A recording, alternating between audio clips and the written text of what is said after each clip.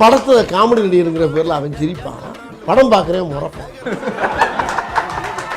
நடிக்கிறவனே comedy நடிக்கிறவனே சிரிச்சா ரசிகர் சிரிக்க முடியாது. ஒரு கட்சி அழிஞ்சிருச்சு, இன்னொரு கட்சி அழிய போகுது அப்படின்னு சொல்கிறாங்க. இப்போ நீங்கள் என்ன கமாண்ட் போடுறீங்க என்னை கீழே வச்சு? அதெல்லாம் இருக்கட்டும், உன்னை செத்தவனை புதைக்கிறதா எரிக்கிறதா? ஏங்க கண்டிக்க மாட்டீங்களா நீங்கள்லாம்? நானாக வச்சு நடத்துகிறேன்.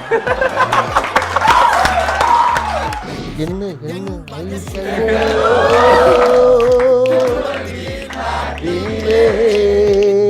ஓடிக்கிட்டு இருக்கும் பப்புன்னு வந்து நிற்கும்ல, நின்றோன்னு அரக்கா டவுஸ் நின்றோன்னு அது அப்போதான் டவுசருக்குள்ள மூழ்கி விடும். அக்கா நாயை கூப்பிடுங்கக்கா. அக்கா அந்த அம்மா மாவாட்டிக்கு ரொம்ப திமுறா, என்ன ஏற்றுக்குடி ஓட.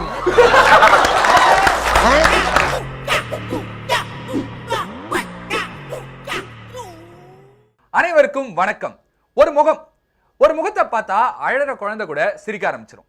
ஒரு முகத்தை பார்த்தா என்னடா வாழ்க்கை இது அப்படின்னு சொல்லிட்டு வெறுப்பா இருக்கிறவங்க கூட நம்பிக்கையோட புத்துணர்ச்சியோட சந்தோஷமா இருக்க ஆரம்பிச்சிருவாங்க.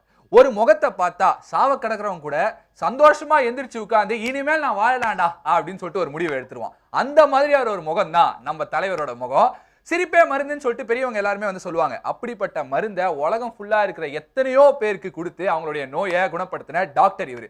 சில பேர் வந்து டான்ஸ் ஆடினா ரசிப்போம், சில பேர் வந்து பாட்டு பாடினா ரசிப்போம், சில பேர் நடிச்சா ரசிப்போம், ஆனா இவர் வந்தாலே ரசிப்போம். அப்படிப்பட்ட ஒருத்தர் நம்ம எல்லாருடைய ஃபேவரட்டான, நம்மளுடைய எப்பவுமே மனசுல நீங்காத இடம் பிடித்திருக்கக்கூடிய வைகை புயல் வடிவேலு சார அன்புடன் வரவேற்கிறேன். வணக்கம். வணக்கம்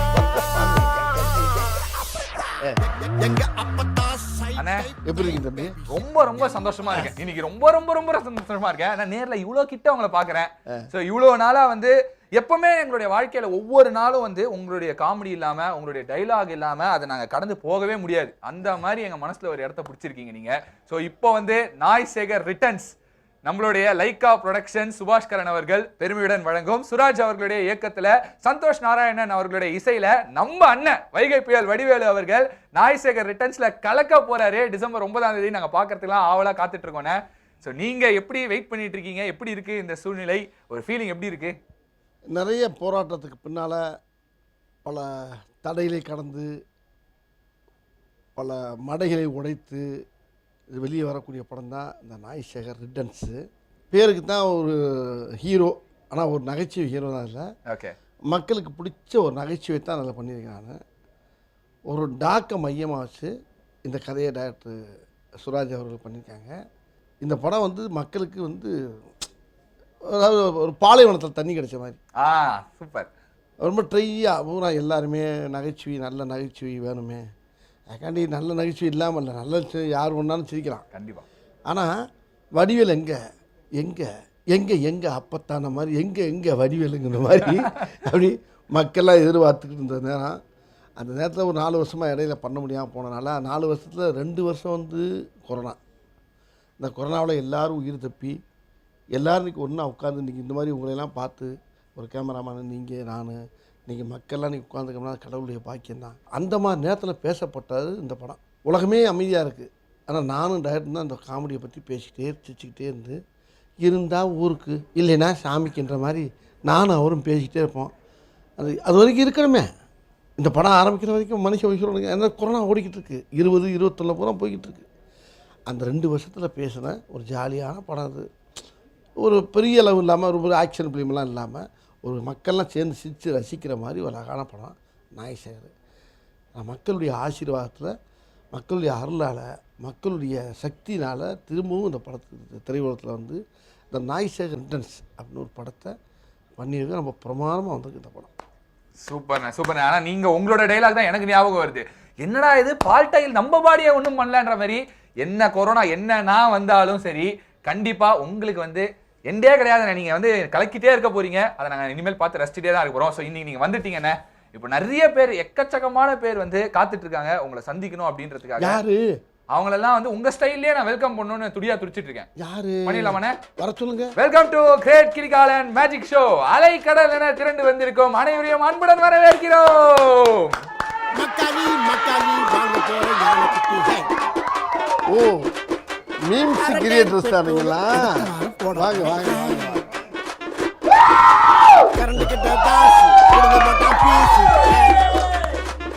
வாங்க வாங்க. படம் இப்பயே ஹவுஸ்ஃபுல் ஆயிடுச்சியா?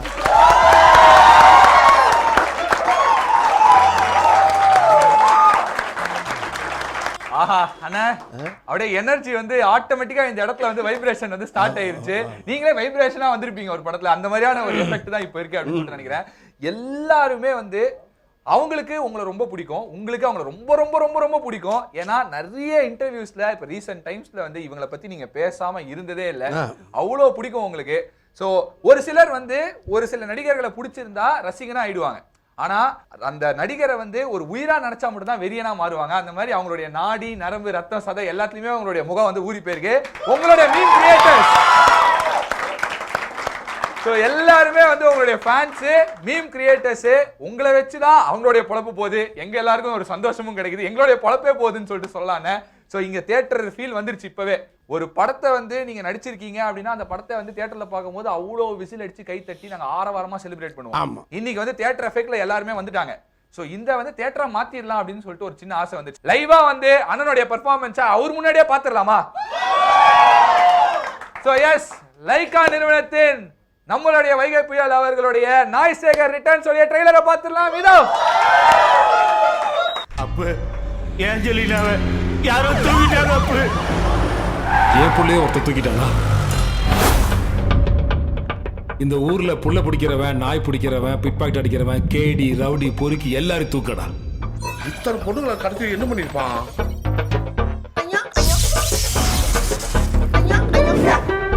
அவன் நாய்க்கள மணி சார்.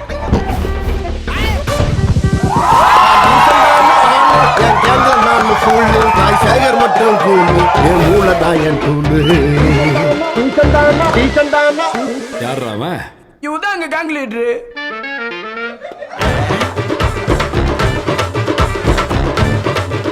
தம்பி இன்னும் ஜூஸ் வரல.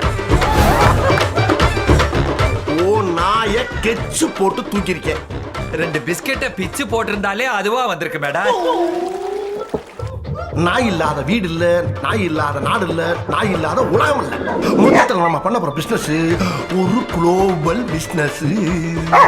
நாய நீ கடிச்சியா? ஓ நாய் என்ன கிடைக்கல, நான் ஓ நாய கிடைக்க கூடாதா? எல்லா கிறுக்கு பசங்களா இருப்பீங்களா?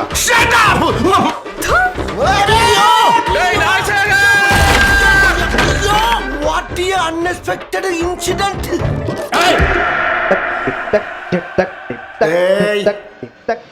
ஆக்ஷன் பிளாக் ஸ்டார்ட் ஆயிருச்சு. காமெடிஸ் எல்லாம் கொஞ்சம் தள்ளி போங்க.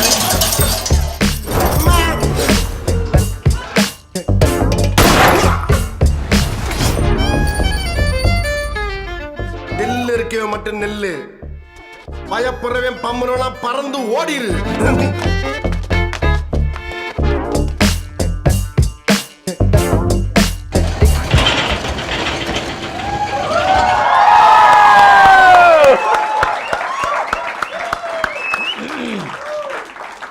நாய் சேகர் ரிட்டர்ன்ஸ் தலைவரோடயே உட்கார்ந்து ட்ரைலரை பார்க்கிறது எப்படி இருந்தது? சூப்பர்.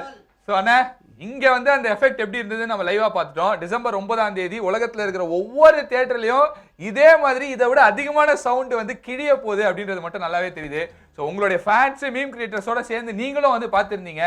உங்களுடைய ஃபேன்ஸ் மீம் கிரியேட்டர்ஸ்க்கு என்ன சொல்றீங்க? முதல்ல என்னுடைய அன்பு உள்ளங்களாகிய மீம் கிரியேட்டர்ஸுக்கு முதல்ல என்னுடைய மனமார்ந்த வணக்கம். இந்த ட்ரெய்லர் வந்து இதை விட நல்ல நல்ல சீன்லாம் இருக்குது. அவர் பயந்துக்கிட்டு இன்னும் அதை கட் பண்ணி போடாமல் இருக்கார். அதை போட்டோம்னா புல் படமும் வெளியே தெரிஞ்சு போய் பெரிய படம் தெரிஞ்சு போச்சு. இது என்ன கதைங்கிறது பாதி பேர் சொல்லிட்டாங்க. டைரக்டர் ஒரு வார்த்தை சொன்னார் அன்னைக்கு.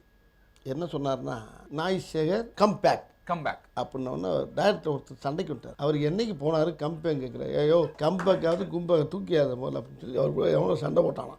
டைரக்டர் சுராஜ் அவர்களும் என்கிட்ட சொன்னாங்க, நாய்சேர்னு வச்சது பண்ண நாங்கள் நாய்சேர்னு வச்சது நீங்கள் வைக்கக்கூடாதுன்னு ஒரு பெரிய போராட்டம். இப்படி பல தடையெல்லாம் கடந்து இதில் வந்து நான் அப்புறம் நாய்சேர் ரிட்டர்னு ஒரு பேரை வச்சு இந்த படத்தை வச்சோம். அதுலேயும் பல கெடுதல் இருந்துச்சு. இந்த எவ்வளோ தடையில் பூரா உடைச்சது வடிவேலே கிடையாது.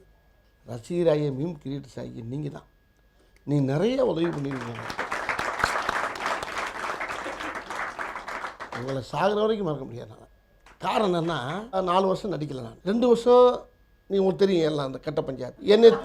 ஆமாம், அது எப்படி ஏன் அந்த பஞ்சாயத்து வருது, எதனால் வருது? அது என்னென்னா சிரிக்க முடியாத காமெடியாக அவங்க சொல்லுவாங்க. நான் வந்து இல்லைங்க நல்லா இல்லைங்க இந்த மாதிரி ஏன்ட்டு சொல்லிட்டு அவனே சிரிச்சுக்கிட்டே இருப்பான், நான் பார்த்துக்கிட்டே இருப்பேன். அப்படித்தான் சில படங்கள் கூட நிறைய இடையில வந்துச்சு. படத்தில் காமெடி நடிகருங்கிற பேரில் அவன் சிரிப்பான், படம் பார்க்குறவன் முறைப்பான். அவன் சிரிப்பான். காமெடி நடிக்கிறவனே சிரித்தா ரசிகர் சிரிக்க முடியாது. ஒரு நகைச்சுவைக்கு என்ன தேவைப்படுதுன்னா அந்த டெப்த்து, அது எவ்வளோ ஆழம் இருக்கோ அந்த அளவுக்கு சிரிக்க வைக்கிறது என்னுடைய வேலை. இது தப்பு தப்பாக பேசுவாங்க, இதெல்லாம் பண்ணுவாங்க. வடிவேல் இல்லை, வடிவேல் போயிட்டான், நீ அவ்வளோதான் அப்படிங்கிற நேரத்தில் இந்த வடிவேலை கொண்டாந்து சினிமாவில் சேர்த்தது நீங்கள் தான். மீம் கிரியேட்டர்ஸ் இல்லைன்னா இந்த வடிவேலே கிடையாது. இது என் தொழில் மேலே சத்தியம், என் தாய் மேலே சத்தியம், என் பிள்ளைய மேலே சத்தியம். எப்படி இதை சொல்ல வரேன்னா உங்களை மிகைப்படுத்துறதுக்காண்டி சொல்ல வரல. அரசியலில் கொண்டு சேர்த்தீங்க பாருங்க, எங்கெங்கேயோ கொண்டு சேர்க்குறீங்க. நாடு விட்டு நாடு யார் சொன்னாலும் அதுக்கு கமாண்டு கரெக்டான ரியாக்ஷனை தூக்கி கரெக்டாக போடுறேன். நான் என்னென்ன ரியாக்ஷன் பண்ணேங்கிறது எனக்கு தெரியாது. ஆனால் நீங்கள் தூக்கி போடுறப்ப தான் அந்த ரியாக்ஷனை பார்ப்பேன். ரொம்ப ஆச்சரியமாக இருக்கும், எனக்கு அதிசயமாக இருக்கும். அவங்க கேட்பாங்க இவ்வளவு பண்ணியிருக்கலாம் நீங்கள், எனக்கே தெரியாது இவங்க எடுத்து போடுறாங்க. எங்கெங்கேயோ போகும். சண்டையில் கழியா எவ்வளோ சண்டை விட்டான்னா சட்டையை கழிச்சு விட்டான் பாருங்கன்னு ஒரு ஆள் சொன்னாங்க. சண்டையில் கழியா சட்டை எங்கே இருக்குது? சண்டைனா சட்டை கிளியே அந்த பஞ்சு நீங்கள் போடுறீங்க. ஒரு ஃப்ளைட்டில் போயிட்டு இருக்கேன், ஒரு கட்சி தலைவரை பற்றி கட்சியில் இருக்க ஒரு ஆள் சொல்கிறார். ஒரு கட்சி அழிஞ்சிருச்சு, இன்னொரு கட்சி அழிய போகுது, இப்போ நீங்கள் என்ன கமாண்ட் போடுறீங்க என்னை கீழே வச்சு? அதெல்லாம் இருக்கட்டும், உன்னை செத்தவனை புதைக்கிறதா எரிக்கிறதா? எனக்கு அந்த ஆளுக்கு சம்பந்தம் இருக்காது.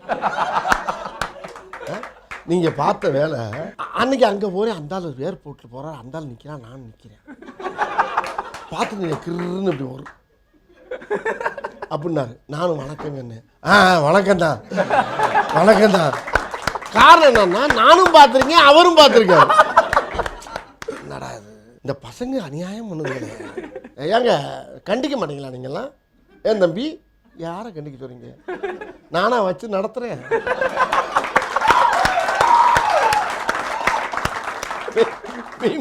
மீம்ஸ் கிரியேட்டரு அவங்கவுங்க ஒரு கடையை திறந்து ஓப்பன் பண்ணி ஓட்டிக்கிட்டு இருக்காங்க.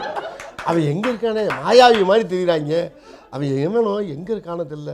நான் என்னமோ முதல் போட்டு நடத்துகிற மாதிரி என்னையே கேட்குறீங்க. கண்டிக்கிறோம்ல தம்பி, உன்னை செத்தா புதைக்கிறா எரிக்கிறான்னு கேட்குறான். நான் என்ன உங்களுக்கு துரோகம் பண்ணேன்? எனக்கு இருக்கு யாருன்னே தெரிலங்க, அது என்னன்னு தெரியல, எங்கேருந்தோ வருது. இப்படின்னா இப்படி ஒவ்வொன்றா போட்டுக்கிட்டே வர்றீங்க.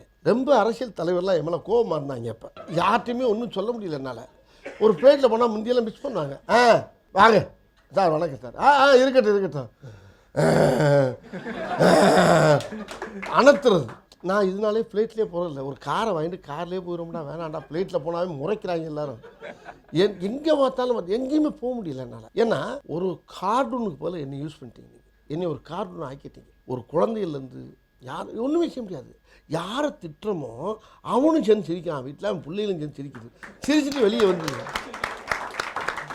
அப்பா உங்களை தாப்பா அப்படின்னு வீட்டில் பிள்ளைய அப்பா கிண்டல் பண்ணுது. என்னது எவன் செய்யலை? வடிவேலையே பண்ணுறானா? ஒருவேளை வடிவேல் சூழ்ச்சி பண்ணுறானா? இப்படிலாம் நடக்கும் பார்த்துங்க. இதெல்லாம் நான் பார்த்துட்டு இந்த இடைப்பட்ட காலங்களில் இந்த கொஞ்ச நாள் நான் படம் இல்லாத காலத்தில் எந்நேரமும் படத்தில் பிஸியாக இருக்க மாதிரியே காட்டினது நீங்கள் தான். நீங்கள் இல்லைன்னு வச்சுக்கலேன், என்னைய மக்கள் மறந்துருப்பாங்க. காரணம் அந்த மீடியா உலகம் உள்ளங்கைக்கு வந்து அந்த மீடியாவை சரியாக பயன்படுத்துறது மீம் கிரியேட்டர்ஸ். மக்களாகிய நீங்கள் மீம் கிரியேட்டர்ஸ், மக்கள் ரசிகர் எல்லாரும் உங்களை மாதிரி ஆளுங்க இருந்தாலும் தான் நான் திருப்பி சினிமாவுக்கு வந்திருக்கேன். ஒன்று சொன்னால் சண்டைக்கு வர்றாங்க, நான் சொல்கிறத செய்யாதீங்க, எதிர்த்து பேசிக்கிட்டா என்னங்க நீங்கள்? இல்லைங்க நல்லா இல்லைங்க, அது எனக்கு நல்லா இருக்குது. ராத்திரிலாம் நான் சிரிச்சேன்ல, நீ எதுக்கு சிரிச்சு? நீ பைத்தியம் ஒருத்தன் வந்தான், அண்ணன் சூப்பர் காமெடி. நீ யாருப்பா அப்படின்னா, நான் ட்ராக் பண்ணுறேன், அந்த கம்பெனியில் என்னத்தான் சேர்த்துருக்காங்க, உங்கள்கிட்ட போய் காமெடி சீனை சொல்ல சொன்னாங்க அப்படின்னா. சரி சொல்லியாருன்னா அவன் ஒரு காமெடி சொல்கிறான். அப்படியே பார்த்துட்டே இருந்தேன். என்ன காமெடின்னு கேட்டேன். கூடையோடு வர்றீங்க எதுக்கு?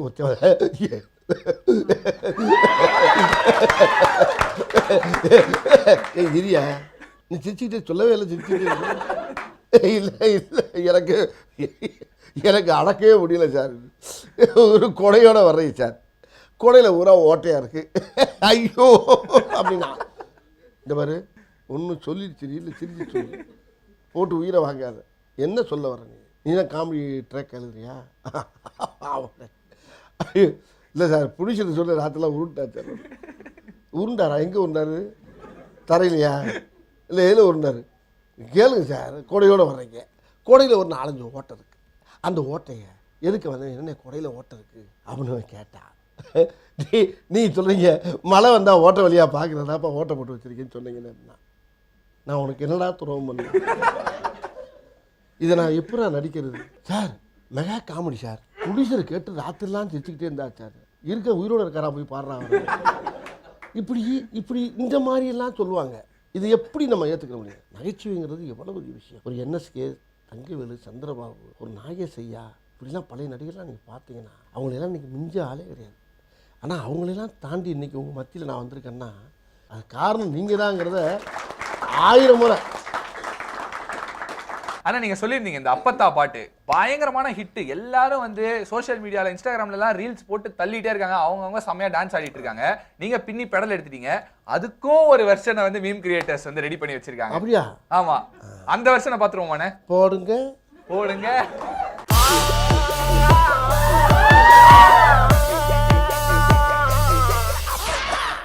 எங்க அப்பத்தா சைட்டை எங் வயசுல வீடு பூரா வாயாடி, குடும்பத்திலே நான் தான் மைங்கேடி, பிசினஸுக்கு வந்துட்டே ரயில் ஏறி, கால் வைக்கும் இடம் எல்லாமே கண்ணி வெடி, கான்ட்ரவர்சிய தாண்டுனே பிளான் பண்ணி, சராசரி லைஃப் வாழ சர்வை பண்ண தேடிக்கிட்டு தனி வரி, சொந்த கதை தொகை கதை வெட்டி பண்ணா உள்ள கதை, சொந்த கல்லம் நிக்க போய் கண்டு வட்டி கடன் வாங்கி பிளான் போட்டு லோன் போட்டு பிசினஸ் ஒன்று ஸ்டார்ட் பண்ணி ரூம் போட்டு பான் போட்டு மிமிக்ரி எல்லாம் ட்ரை பண்ணி பேன் பண்ண மாட்டேன் எனர்ஜி உழைச்சு பாடி சொட்டு ஆனா அழகி தனிப்பட வச்சு தேடுறாங்க அழகு அரி பண்ற மறந்து அருளைய கரைச்சி ராணுவ வேலைக்கு மோசமாவே சில்லேடன்ட்ட போன்லைய டீல் பண்ணுறேன். எங்க அப்பத்தா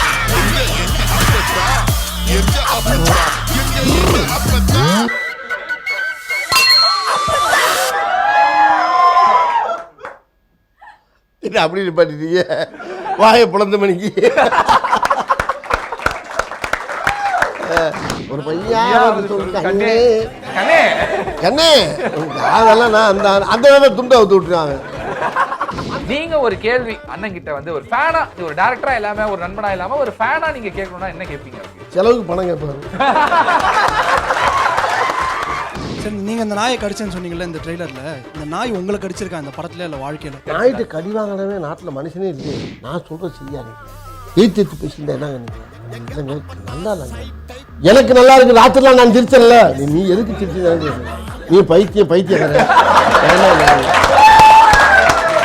ஓடிக்கிட்டு பப்புன்னு வந்து நிற்கும்ல. நின்றோன்னு அரக்கால் டவுஸ் நின்றோன்னு